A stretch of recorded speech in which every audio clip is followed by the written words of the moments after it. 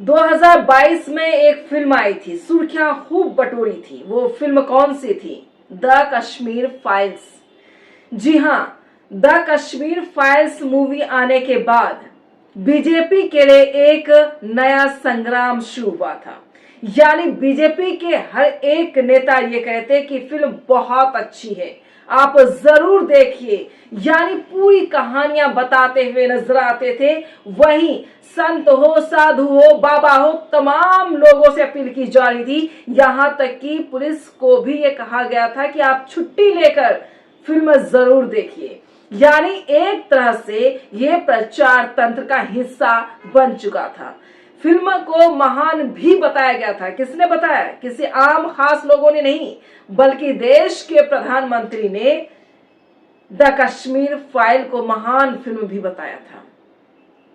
जब देश की धरती पर ही आपके भारतीय फिल्म की बेइज्जती होने लगे तो आप क्या कहेंगे?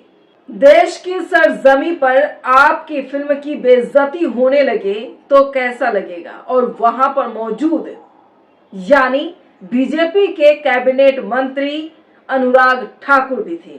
उनके सामने जूरी हेड ने क्या कुछ कहा, पहले आप by the movie Kashmir Files that felt to us like a propaganda vulgar movie, inappropriate for an artistic competitive section of such a prestigious film festival. I feel totally comfortable to share openly these feelings here with you on stage, since the spirit that we felt in the festival can surely accept also a critical discussion, which is essential for art and for life. अब आगे की कहानी मैं आपको बताती हूँ।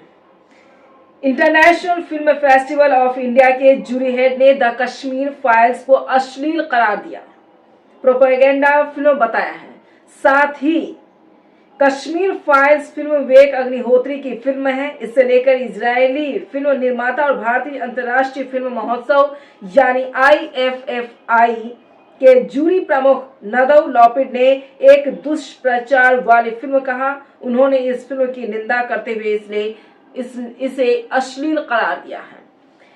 यानी 1990 में जम्मू कश्मीर के कश्मीरी पंडितों के साथ जो कुछ हुआ वो काफी दर्दनाक था, निंदनीय था।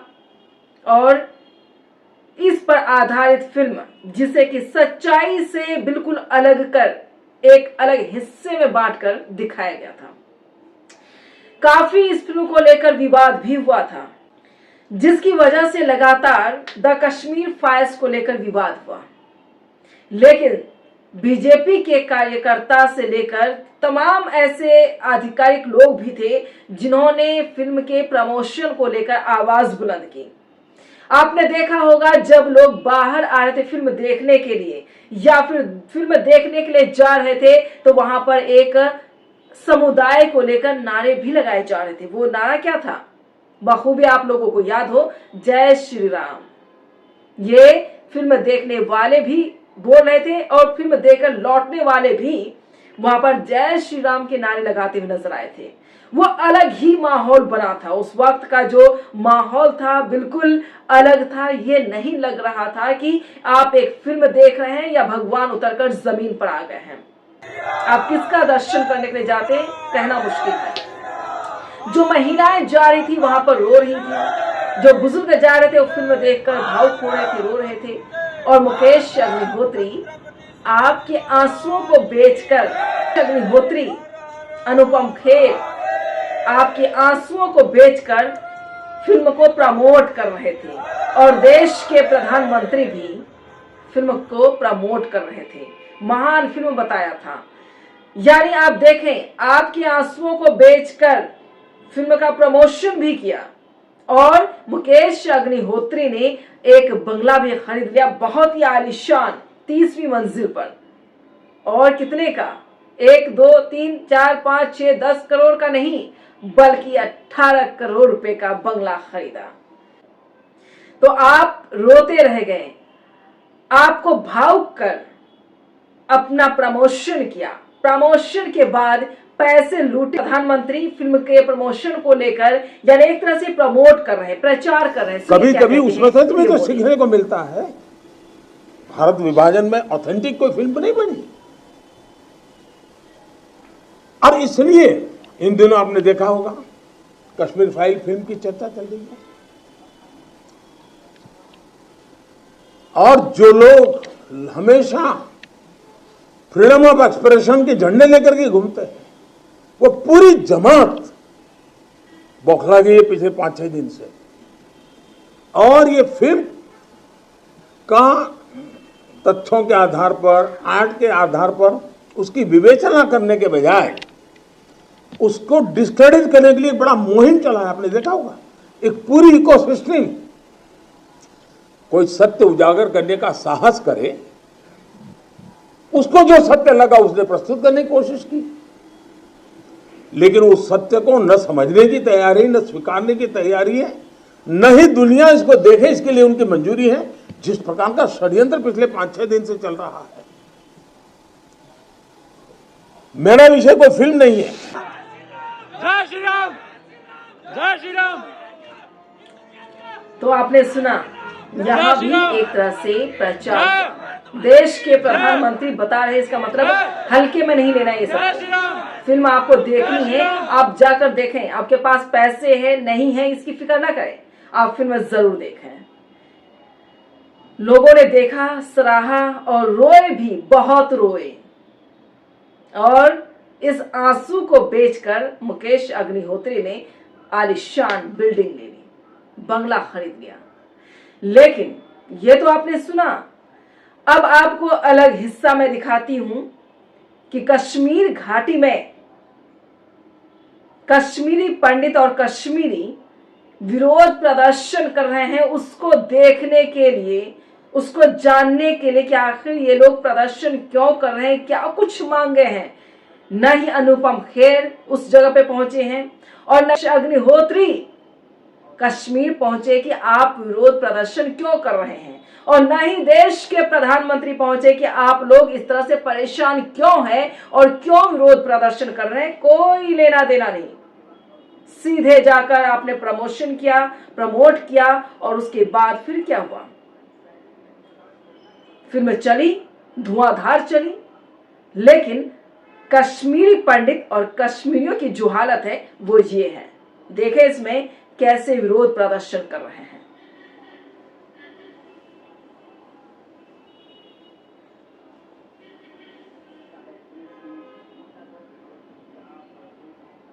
सुना आपने, ये सभी कश्मीरी परेशान हैं, विरोध प्रदर्शन कर रहे हैं, पलायन को भी मजबूर हैं, ऐसा नहीं है। अभी भी 1, 2, 4, 5 जैसे भी हो, लोग पलायन कर रहे हैं। इसके बावजूद कोई डायरेक्टर, कोई स्क्रिप्ट राइटर, कोई प्रोड्यूसर या फिर फिल्म मेकर कोई वहां तक नहीं पहुंच पा रहे हैं कि आखिर इन कश्मीरियों की हालत क्या है और ये क्या चाहते हैं, क्यों परेशान हैं। कोई सवाल जवाब नहीं है। तो आपके आंसुओं को बेचकर भी एक व्यापार किया जा सकता है। जब आप सरकार से सवाल पूछते हैं, जब बेरोजगारी का मुद्दा उठाते हैं, तब सवाल सिर्फ एक होता है आप सबके सामने कि हिंदू खतरे में है। अचानक से हिंदू खतरे में आ जाते हैं, लेकिन रोजगार खतरे में है, बेटियां खतरे में हैं, महंगाई से लोग परेशान हैं। ये कोई मुश्किल हालात को लेकर जिक्र नहीं होगा, लेकिन अचानक हिंदू खतरे में जरूर आ जाते हैं। और उस हिंदू और मुसलमान के चक्कर में आम जनता बेवकूफ बनती है। फिर आप एकजुट होकर ऐसे चुनाव करते हैं जहां पर फिर से आपको 5 साल के लिए ठगा जा सकता है। और आप जब बेबस होते हैं तो आप क्या करते हैं, आपके बच्चे जब बेरोजगार होते हैं तो आप क्या करते हैं, आप कर्ज से जब डूबते हैं तो आप आत्महत्या करते हैं। बच्चे जब बेरोजगार से परेशान हो जाते, आहत होते हैं, तो वो आत्महत्या करते हैं। और कोई भी नेता मंत्री के बच्चे आत्महत्या नहीं करते, वो परेशान नहीं होते, वो विदेश जाते हैं, वो अच्छी पोस्ट पर जाते हैं, वहां पढ़ते हैं, लिखते हैं, अच्छी डिग्रियां लेकर आते हैं, उसके बाद फिर से आप पर, आपके बच्चों पर और देश पर हुकूमत करते हैं। तो इसलिए मैं बार बार कहूंगी कि हिंदू खतरे में कभी नहीं था और न कभी होगा। लेकिन ये जो अफीम आप लोग को खिलाया जाता है उस अफीम से बाज आए और नशे से बाहर आए, उसके बाद सवाल सरकार से जरूर पूछें। फिल्म के नाम पर हो, धर्म के नाम पर हो, कब तक आपको ये ठगते रहेंगे और आप ठगाते रहेंगे और आप परेशान होते रहेंगे। तो सवाल हर चीज में यही है कि देश के प्रधानमंत्री एक फिल्म को प्रमोट कर रहे थे और उसी फिल्म को आज यानी बेइज्जती के जरिए जलील किया गया देश की धरती पर, यानी गोवा में।